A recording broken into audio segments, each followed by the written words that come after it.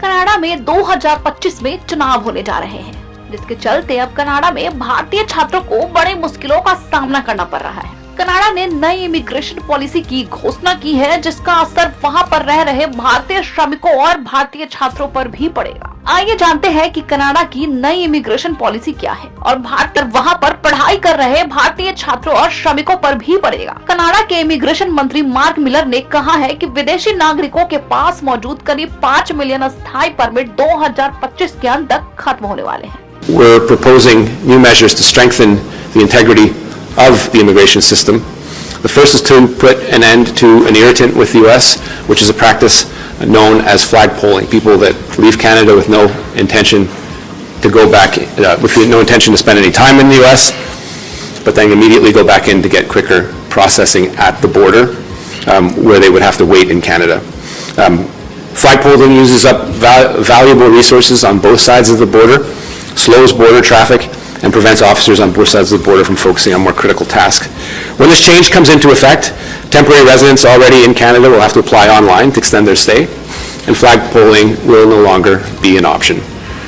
We're proposing जब तक ये परमिट धारक अस्थायी निवास में नहीं चले जाते या अपने परमिट को सफलतापूर्वक नया नहीं करा लेते, तब तक उनमें से ज्यादातर के देश छोड़ने की उम्मीद है।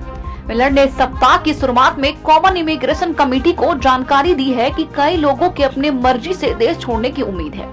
वहीं CBSA उन लोगों के लिए इमिग्रेशन कानूनों को लागू करेगी जो निर्धारित समय से ज्यादा तक रुके रहते हैं। उन्होंने कहा है कि लगभग 7,66,000 अध्ययन परमिट दिसंबर 2025 तक खत्म होने वाले हैं। उन्होंने कहा है कि कुछ छात्र अपने परमिट को नया कर सकते हैं, जिससे वे कनाडा में लंबे समय तक रह सकेंगे।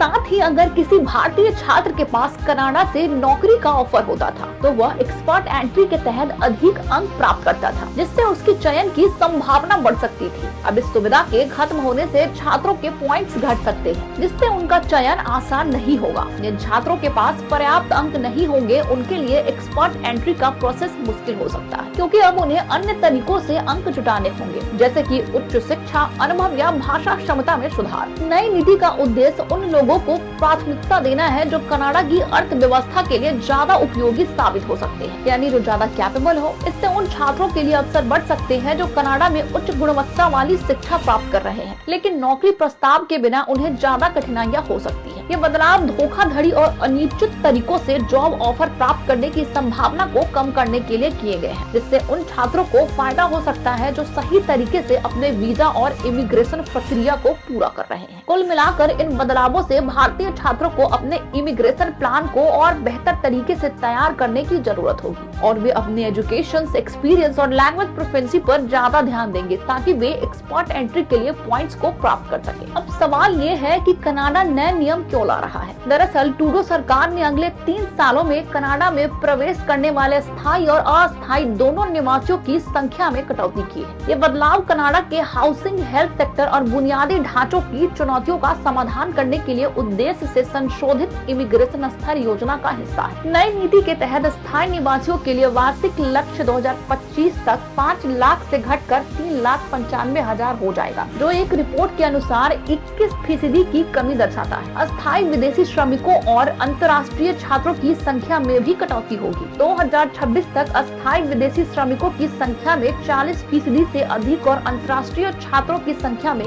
10% की कमी आने की उम्मीद है। वहीं मीडिया रिपोर्ट्स के अनुसार कनाडा में पढ़ने वाले भारतीय छात्रों की संख्या कनाडा में भारतीय श्रमिकों में C-सूट के अधिकारी, इंजीनियर, टेक्नीशियंस और वैज्ञानिक जैसे कर्मचारी शामिल हैं। अस्थायी विदेशी कर्मचारियों की संख्या कम करने की योजना अस्थायी वीजा पर भारतीय कर्मचारियों को प्रभावित कर सकती है। देश में अस्थायी निवास प्राप्त करने की प्रक्रिया में पहले से शामिल लोगों पर भी इसका असर पड़ सकता है, यानी कि अब कनाडा में 2025 में होने वाले चुनावों का सीधा असर भारतीय मूल के छात्रों पर पड़ सकता है। लेकिन क्या जस्टिन ट्रूडो की पॉलिसी से आप सहमत हैं? कमेंट में जरूर बताइए।